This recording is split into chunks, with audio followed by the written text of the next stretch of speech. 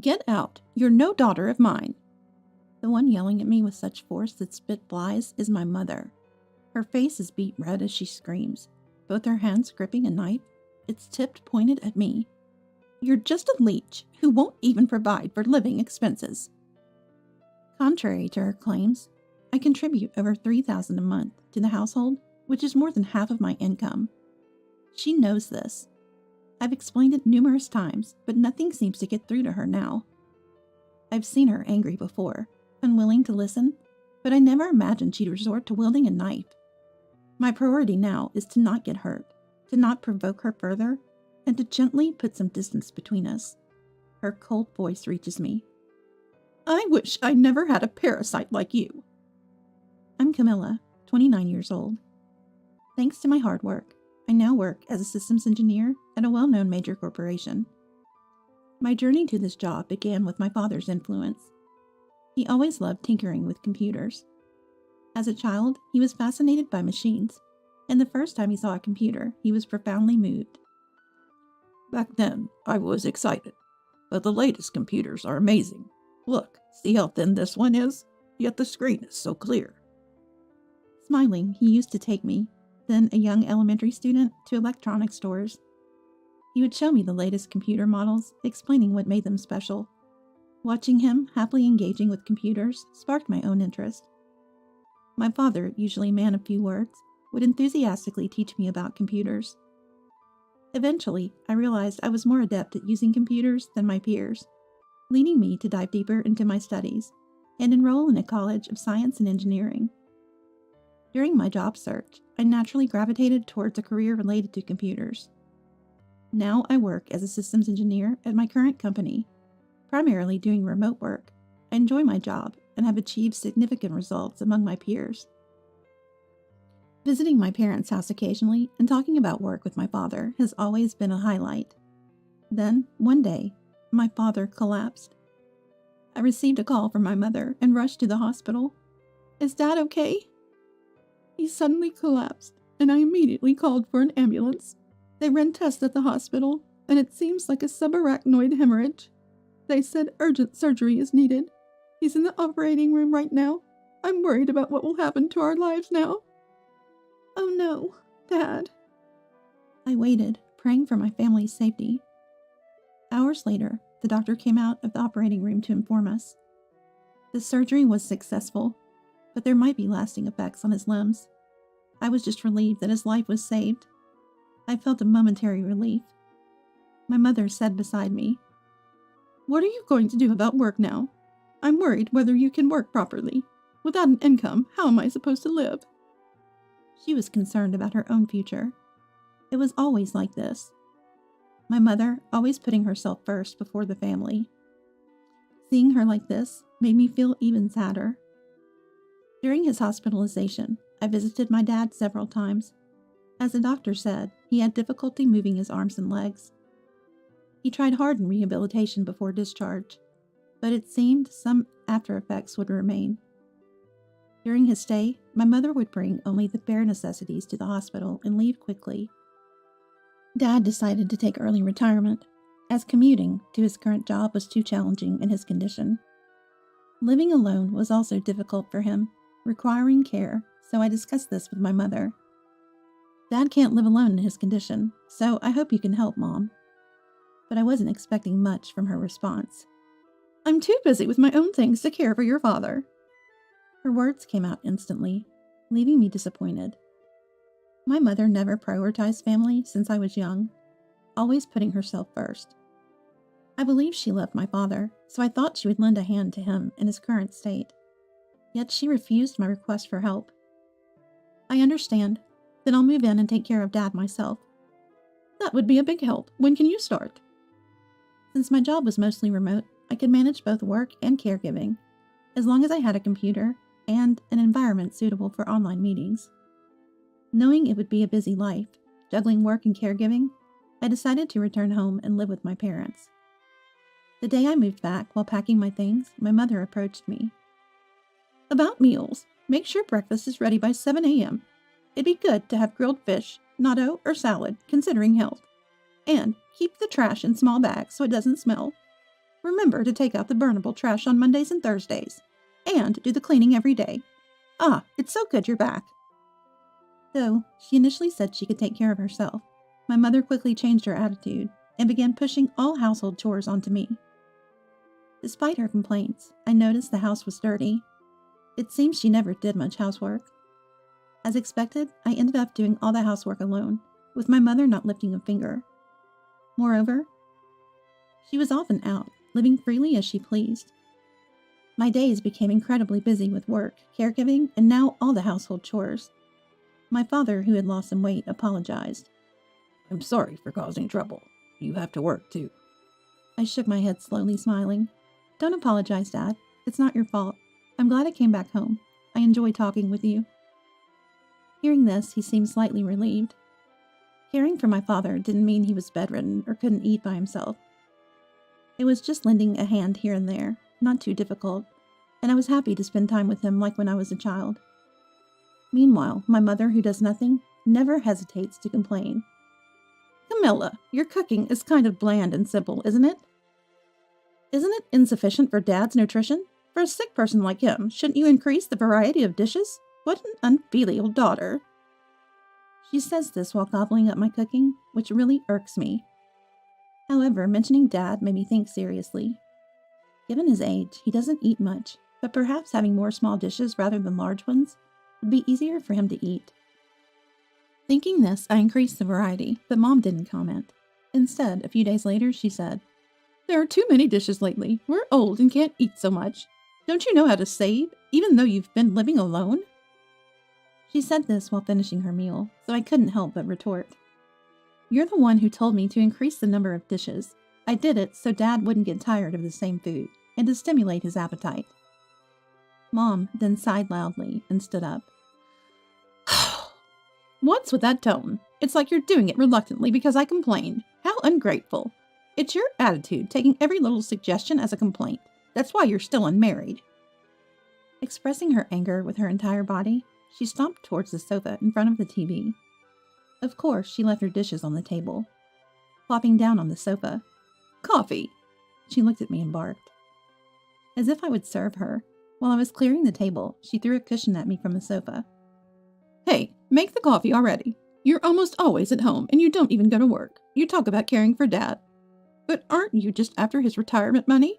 And you can't even do housework properly. You're so unreasonable."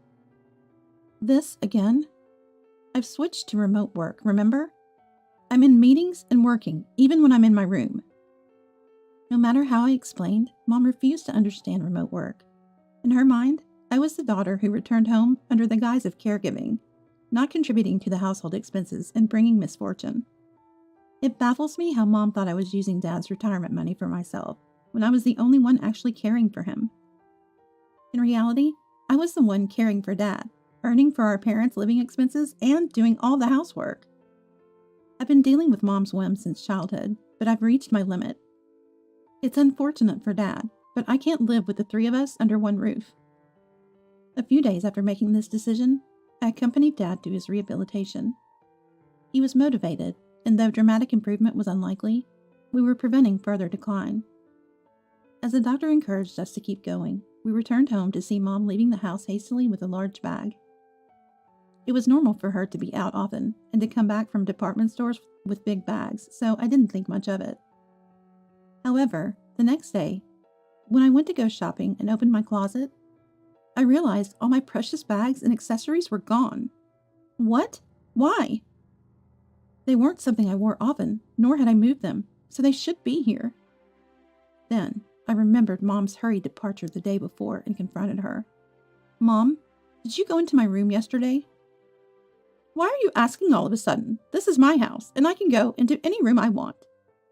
"Then what's in that bag?" Mom was holding a bag from a high-end brand. It was clearly something she had just bought. "So you somehow had the money to buy such a brand item? You're always telling me not to waste money." "Well, you waste money, so I thought I'd get some assurance from you."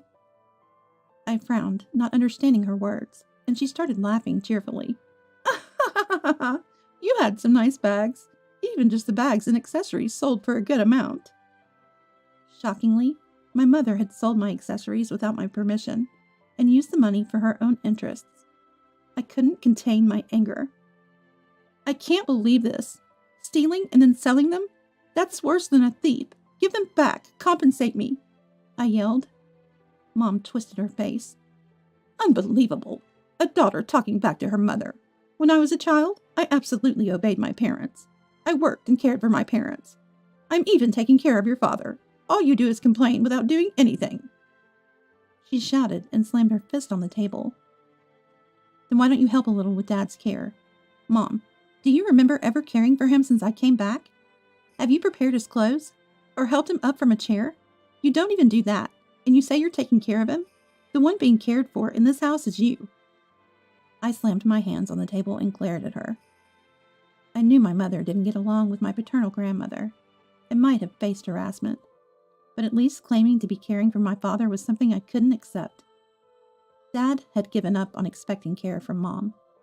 He tried engaging in small talk, bringing up TV shows or stories from friends he met during rehab, but whenever he started talking, she would quickly leave the room. Why could she confidently claim to be caring for him while doing nothing? While I was lost in thought, Mom stayed silent. Slowly lifting her hands from the table, she turned away without a word and walked towards the kitchen. I sighed, thinking she was escaping the conversation again, but she returned unexpectedly quickly. Approaching briskly, she was holding a knife in both hands. Mom?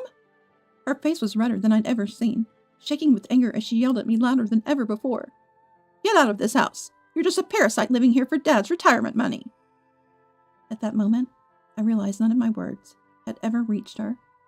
To her, no matter how much I cared for Dad or worked, I was nothing but a pest. I'll move out as soon as I find a new place. I slowly backed away, saying this while putting distance between us. Then I rushed to my room. I thought I wouldn't feel anything being rejected by such a distant mother, but tears wouldn't stop flowing. Not from sadness, but from intense anger. I immediately started to act. I began preparing to move out that day. A colleague at work had a friend in real estate, so I sought their help and cooperation. In my free time, I packed my belongings into boxes. Finding a new place didn't take long, thanks to my colleague's help.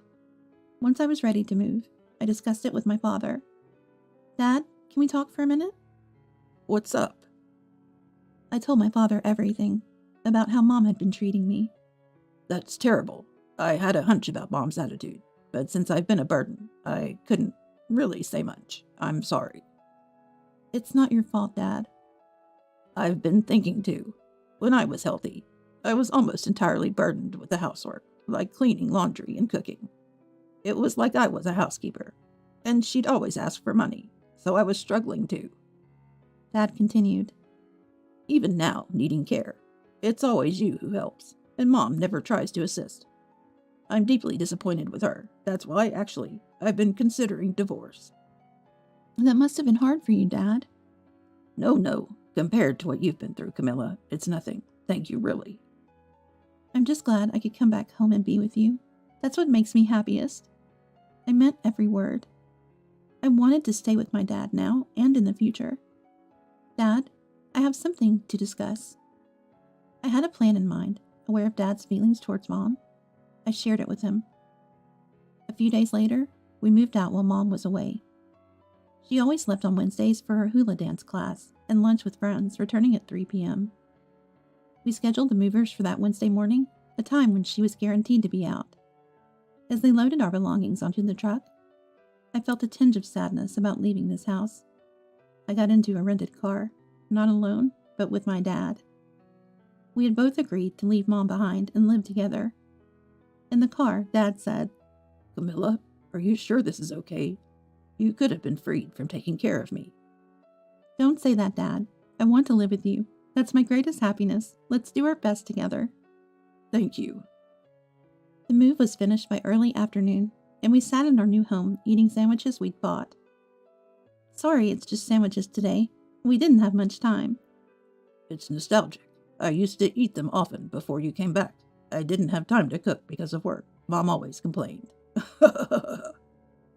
Dad laughed. The sandwiches tasted delicious as we chatted about trivial things. While we were settling in, the phone rang. It was Mom. I answered, putting it on speaker so Dad could hear. Yes? Why have you both suddenly disappeared? I could tell Mom was furious over the phone. Why are both your and your dad's belongings gone? We decided to move out together after consulting. You did tell us to leave, right? Is there a problem? Now you don't have to worry about caregiving or living expenses. What about my life with Dad? I'm relying on his retirement and pension. Where are you now? Why don't you take care of yourself? We're already in our new home. I won't say where, but we bought a high-rise apartment. Huh? A high-rise apartment is for rich people, right? Stop joking. There's no way you guys could live there. Mom clearly didn't believe us, but it was true. We had moved to a high-rise apartment close to the hospital where Dad was receiving treatment. I think I've told you several times, but I've been continuously working. You always said it was just a little side job. Our company is quite large, and I've been there a long time, entrusted with significant responsibilities. You might not remember, but the $3,000 I've been depositing into the account every month, that was from me. Wait, that wasn't Dad's pension? I thought the balance was high because of his retirement money. Did Dad ever have an income that could give $3,000 a month? His retirement fund was gone the next month. I saw the card statements.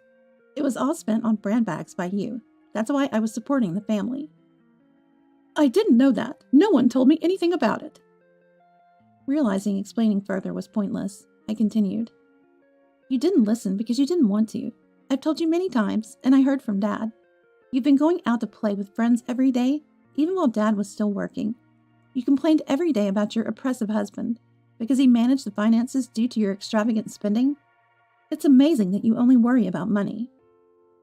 Camilla, you knew all this and still tricked me. If you have that much money, come back home right now. To Mom, family was just a wallet. She never cared about Dad's condition, only about money. And yet, she was careless with bank accounts and thoughtlessly spent on credit cards without any problem. I was astounded at how she managed to live her life this way. Dad, tired of our endless conversation, took over.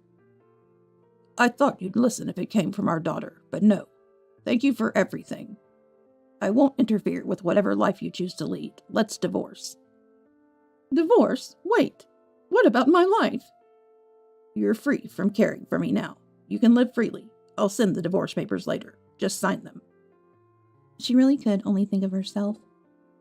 As I was stunned, Dad ended the call without saying anything more. I'm sorry, Camilla. I didn't mean to make you go through this. With just those words from my father. Thank you, Dad. I responded. The next day, we were scheduled to go to the hospital for Dad's appointment. I never imagined living somewhere so convenient. Thank you, Camilla.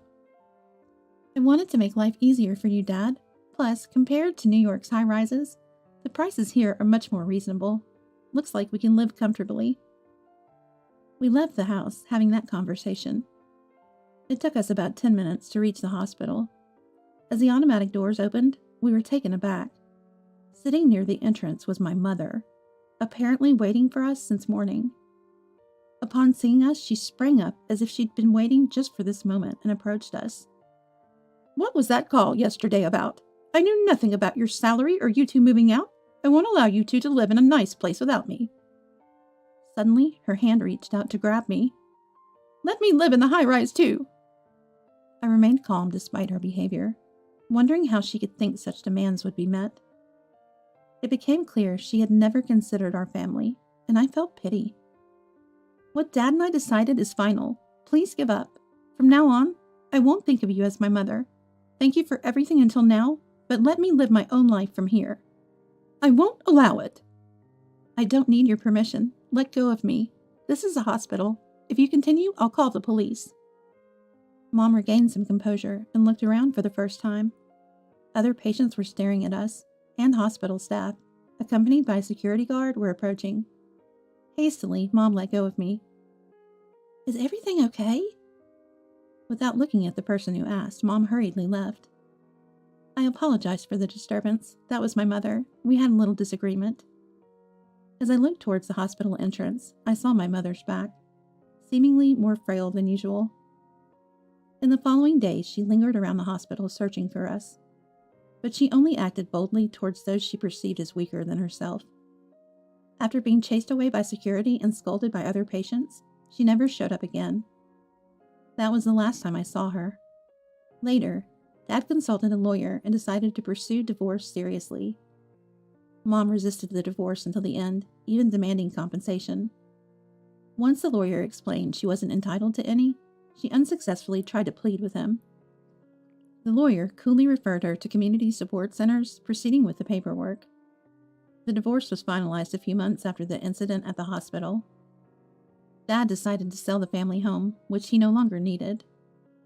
Mom opposed this until she realized she would receive money from the sale, even after the divorce. Her sudden agreement seemed so unlike the mother I knew. Until the end, she remained obsessed with money, leaving us both sighing in disbelief.